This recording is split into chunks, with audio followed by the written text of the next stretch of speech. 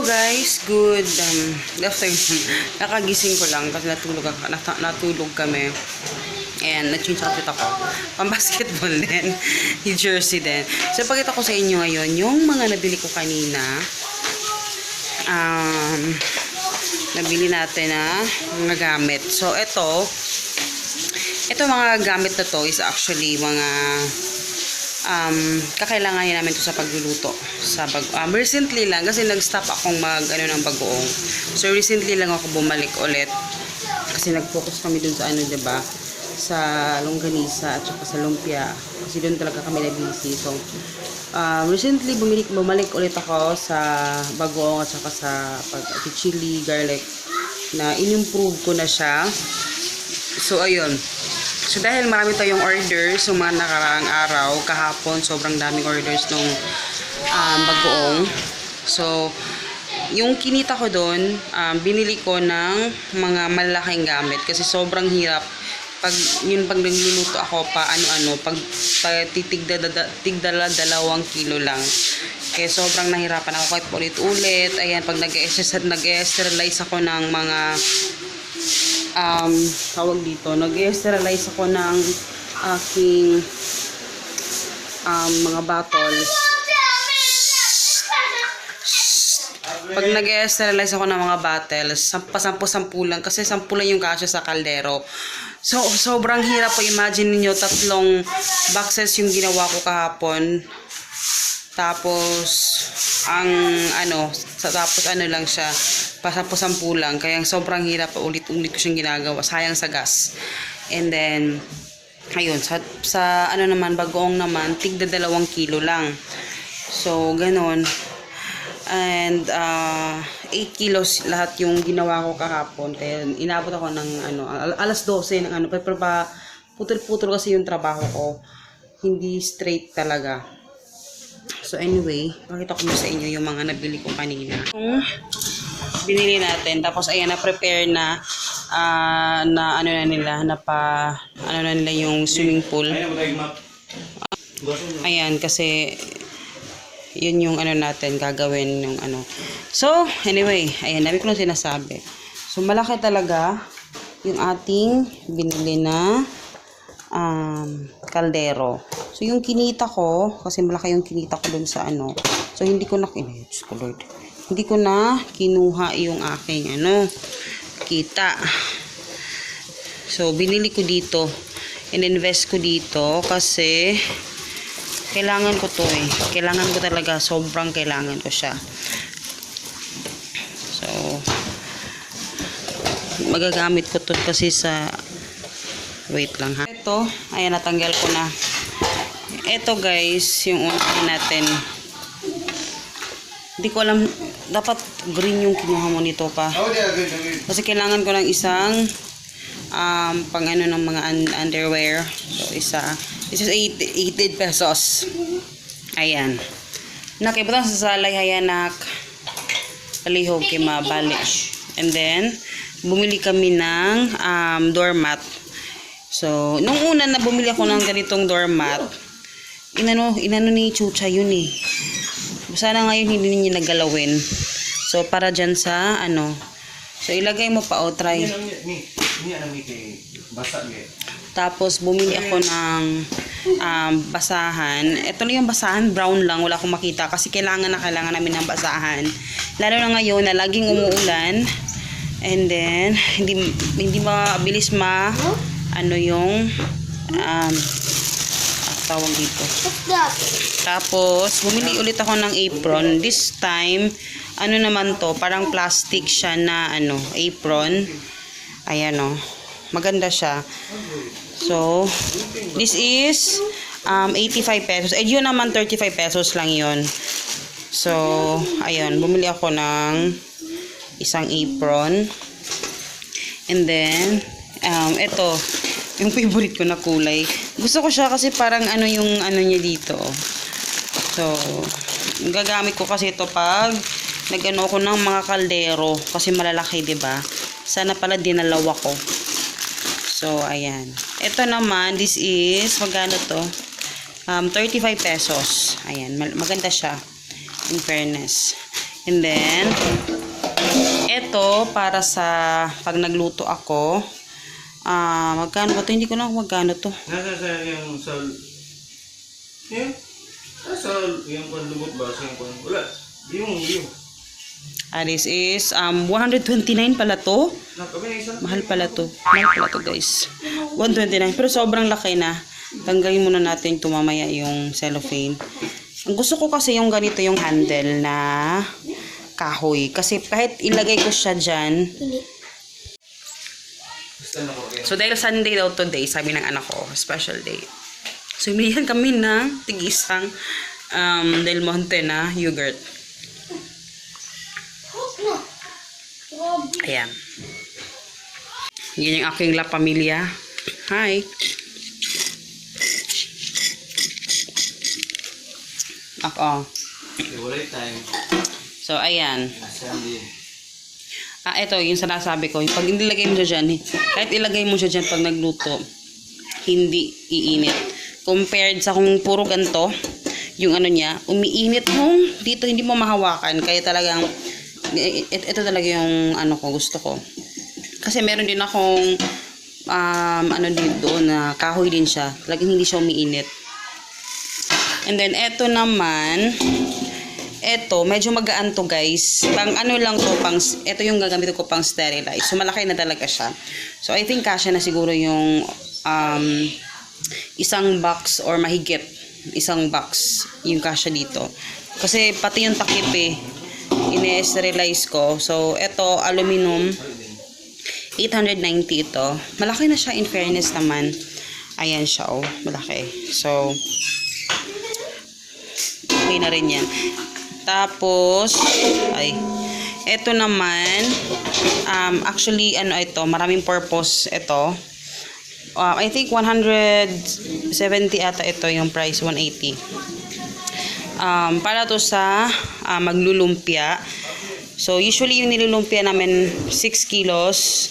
So, I think kasya na dito, 4 to 6 kilos. Kasya na siguro dito. So, pag hindi ginagamit ni Papa, ito yung gagamitin ko sa, dito ko ilalagay yung mga chili sauce or yung mga bagoong na tapos ng lutuin. So, ito yung lalagyan. Malaki siya, in fairness. And then, ito yung talaga yung gusto ko, yung lutuan. Sobrang kapal nito guys. Ang bigat nito. Ayan, no. Ang kapal, sobrang kapal talaga. So, yung aking, kasi, 2 kilo lang talagang kasya doon. So, eto, I think kasya dito ang 6 kilos. No? At then, gusto ko siya kasi pag ganyan siya, oh. Talagang siya. Hindi siya wide, no? Pero parang mas mataas yung niya. So, eto naman, I think, 1,380. Medyo mahal ito, guys, no? Pero, maganda siyang investment talaga sa pagluluto ko. Kasi talagang makakatipid ako sa gas and also sa time. Yun, ang time talaga. Kasi sobrang hirap ng paulit-ulit magluto, no? So, yun. So, yung isa pang sterilize ng aking mga bottles. Kasi tapos ako mag-sterilize pag nalagay ko na yung mga bagoong. Pag yung mga bagoong nalagay ko na sa bottles, tapos nilagyan ko na ng takip, magpo-pour pa ako ng init na tubig dun sa mga bottles bago ko lagyan ng yung plastic seal niya. So, yun, medyo matrabaho siya. Pero, ayun, I'm so happy. Ang bibili na lang namin, I think, baka bukas makabili kami ng, yung isang stove talaga siya na, bagong stove na. Yung stove talaga, kasi yung ginagamit ko is yung, sensya na maingay ha, yung oven namin. Ang liit ng oven namin, nakikita nyo? Sobrang liit niyan. So, pag nagluto ako dyan, okay lang yung pang-sterilize. Pero, pag itong malaking kawali na to, hindi pwede kasi malaki siya, best. Malaki siya. Sobrang laki niya. So, kailangan ng medyo pang talaga. Yung isang burner talaga, no? So, yun. Lahat ng kinikita ko, dun ko ibibili muna para sa, investment muna sa mga gamit para talagang mas mapabilis yung trabaho. So, yun. So, eto guys, meron dumating na package from Shopee. Ito yung in-order ko kasi ito din, kailangan na kailangan namin to sa aming negosyo. Kasi nasira na yung aming mga ginagamit. So, eto, nag-order ako. So, ayan nga, dumating na siya. And, paid naman ito kasi wala akong COD sa sa aking shop.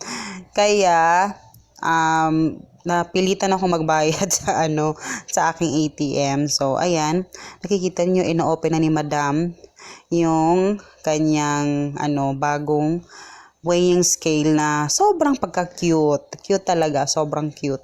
And then, ayan, seal talaga siya in fairness naman sa seller kasi talagang secured yung pagkakapack niya. At may free batteries pa and maganda siya talaga. Nagamit ko na siya actually. Ang sobrang ganda niya. Marami siya mga features, kahit simple lang siya, maganda siya, at saka silver, maganda siya. Social siyang dating, yung kasi silver siya, and ayan, nagsasalita na naman si ate, kung ano na yan sinasabi niya. So, ilagay na daw niya yung kanyang battery, kasi excited na daw siya sa kanyang weighing scale, kasi magagamit niya to sa kanyang bagoong, chili sauce, sa chorizo at iba't ibang mga kagamitan niya dito. So maganda siya in fairness. Ayan, ilalagay na ni ate yung kanyang battery sa kanyang weighing scale. At ayan, sasarado niya na po. Ayan. And pag-on yak. Yan, excited na excited si ate. Kasi hindi niya pa alam kung paano gamitin, kaya pag-aaralan muna natin. Kaya ayan, excited na tuloy siya. Hindi niya na-open yung isang package. Ayan. So, ayan, ano na siya sa kanyang ulo. Nangangamot na. So, hinihintay-hintay niya kung ano yung mga dapat niyang gawin sa buhay niya. Ayan, tinimbang niya. Tinimbang niya yung kanyang gunting. At kung ano-ano yung naiisip niyang itimbang, baka magtimbang na rin siya dyan. So, ayan. So, maganda siya guys, in fairness. Ilalagay ko yung link sa baba nito kung saan ko ito nabili. Sobrang legit. Maganda talaga siya. Kahit sa mga pang-baking, sobrang magagamit ito. Pero maliit nga lang siya, pero best lang talaga siya pang So, ayan. Salamat naman at kanya niyang itinabi. At ito namang isa, ito talaga yung iniintay namin kasi yung aming food processor is talagang para na siya nagdi-disco light kasi yung kanyang is pag pinupush mo is lalight na siya, kaya nakakatakot ng masunog. Kaya ito talaga inintay talaga namin, buti na deliver na. Ito naman silver din yung pinili ko. Usually kasi yung mga food processor na ginagamit is yung maliliit na, yung mga makukulay, no, yung mga medyo plastic. So, nabutas yung aming plastic na yon, kaya eto naisipan ko na mas maganda ata ito na na gamitin. Siya nga pala guys, yung timbangan pala is ang presyo niya nasa 100 plus lang. Nakalimutan ko na kung magkano talaga yung exact, pero 100 plus. Ito naman, I think yung presyo nito, mura lang din to guys. Ilalagay ko na lang sa link sa description box para makita nyo yung presyo. So, ayan siya. Silver siya. Maganda yung pagkapak. Maganda talaga. Wala akong masabi. And, ayan. Nilabas na niya lahat. Lahat may rubber. Maganda siya. Ayan, parang may rubber yung din niya, no? Ayan, silver. Medyo hindi siya ganun kalakihan, pero carry na siya. Ayan. And then, ito sa ilalim yan, yung rubber, ilalagay yung Ayan, tinignan ko pa kasi hindi ko alam kung para saan yan. So, nilagay ko yung rubber ngayon. Kasi para hindi siya magsa-slide, no? Pag ikaw ay mimix sa inyong, sa food processor. So, maganda siya in fairness. And mukhang matibay naman. Sana ay magtagal ito sa amin.